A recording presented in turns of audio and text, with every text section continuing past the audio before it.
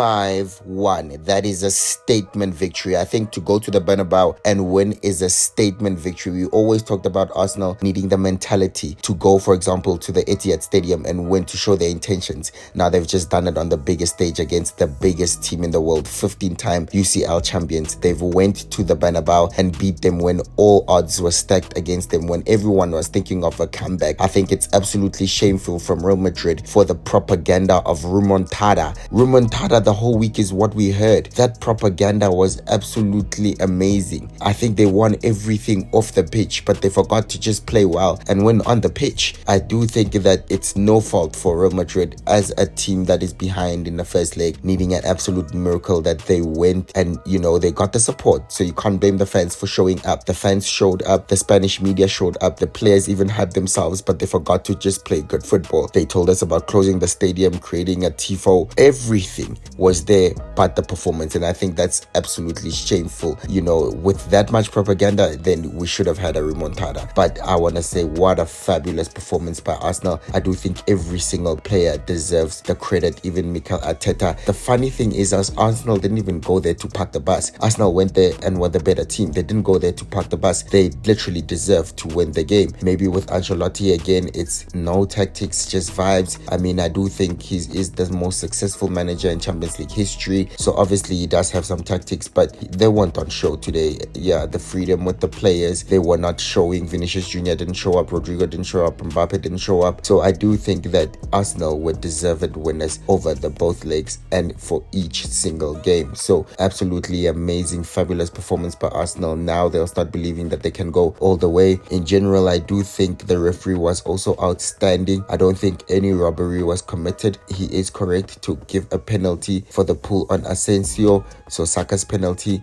It is no fault to say Saka's weakness is penalties, especially on the big stage. It is not a crazy criticism for him. I do think maybe, if Arsenal do get a penalty, the semi-final or in the final, would you want Saka stepping up with his record? I'm not so sure. Perhaps an Odegaard, perhaps a Jorginho if he's fit on the pitch, because I think maybe there are better penalty takers than Kayo Saka. However, no one can question Saka's mentality. He came back and scored a wonderful chip. He tried a dink, but I do think if you're trying a dink, most of the time people go in the middle, right? Because if a keeper guesses right, then he's most likely to save it, and that's what Saka did. He went wide with a dink and was saved by Thibaut Courtois, who's one of the best keepers in the world, and I think over the two legs kept the scoreline respectable for Real Madrid. It literally could have been 8 on aggregate. So I do think that Saka with that chip, it wasn't going to work out. Maybe go in the middle, it was going to be a goal. However, he did get his chip finally. He did get his dink and gave Arsenal the lead. Soon after, Saliba made a mistake, fell asleep at the back. I think that's the first mistake he's probably made both ties, and he got punished for it. Vinicius Jr. scored, but Arsenal, were 3 goals up to the good with 20 minutes to go. You thought that they're probably not conceding, and they only conceded through a mistake. Arsenal's defensive tactics are one of the best in Europe, one of the best in not just England, but in Europe. Arteta is one of the best defensive coaches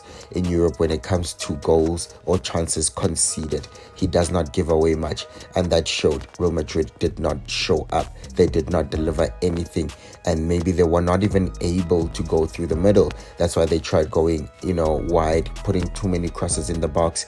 So I don't think that was going to work. Mbappe, as not a natural 9, was also exposed, so they were lacking that proper center forward play for me, in my opinion, to give Saliba and Kiwior trouble.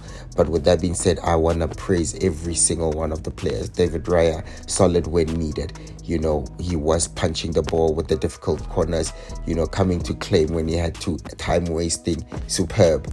To just take the pressure off Arsenal at different times. That defense was absolutely outstanding. Luis Skelly, for me, teenager, doing that at the Bernabeu or doing that to Madrid in both legs has been absolutely amazing. He's had a fabulous breakout season, but he had a superb game. Timber as well shut Vinicius Jr. So both Luis Skelly and Timber, they shut Rodrigo and Vinicius and Mbappe as well to some extent. So they were absolutely superb. Kiwior coming in for Gabriel didn't have much game time this season.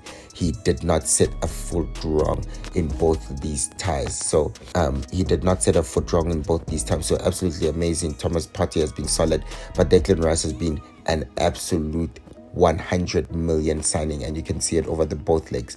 two different types of performances, scores 2 free kicks when you need it most, scores 2 crucial goals in the first leg and is named man of the match, but in the second leg does the dirty job so well. I don't think anyone ran more than Arsenal, and you can see it in the stats.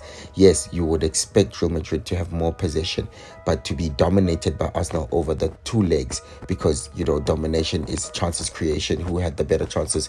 Who had the more shots on target? Who could have scored the better goals? Who could have scored the more goals? I think what it shows is the hunger, the fact that Arsenal ran 8 kilometers more as a team than Real Madrid. It shows determination, it shows hunger, it shows resilience, it shows who was up for it, it shows who wanted it more. And for me, Arsenal deserve to go through. What a fabulous performance by the whole team. And maybe let me shout out as well Miko Moreno, the false 9, the false 6, whatever he is, he does his job superbly. Gets a goal in the first leg, his hold-up play was brilliant in both ties, and he also in the second half especially dropped in to make it an extra man in midfield, and that held Arsenal together, and they scored the winning goal on the break also because of his contribution. His link-up play was absolutely amazing, and I think he got the assist for Bukayo Saka as well. So Arsenal team absolutely amazing. Arteta tactics absolutely spot on. There's nothing else that you can say but to give Arsenal the credit they deserve over these 2 legs. Love them or hate them, but Arsenal were absolutely good for this win, and it was a statement victory, not just to go to Real Madrid and hold out, park the bus, but to actually go there and play football. They gave us a game, they went to even win it, and they won both legs, and it's 5-1 on aggregate, and it could have been more. So for me, what an absolutely amazing night for Arsenal yet again. What an absolutely amazing week if you're an Arsenal fan. I think from now they definitely do believe that they can go all the way. So yeah, all the best to Arsenal for the rest of the tournament. Thank you so much for watching my video. Please subscribe, please like, please comment. I read your comments. Yeah, please subscribe. Don't forget to subscribe, and I'll see you on the next one. With that being said, have a good day. Bye bye.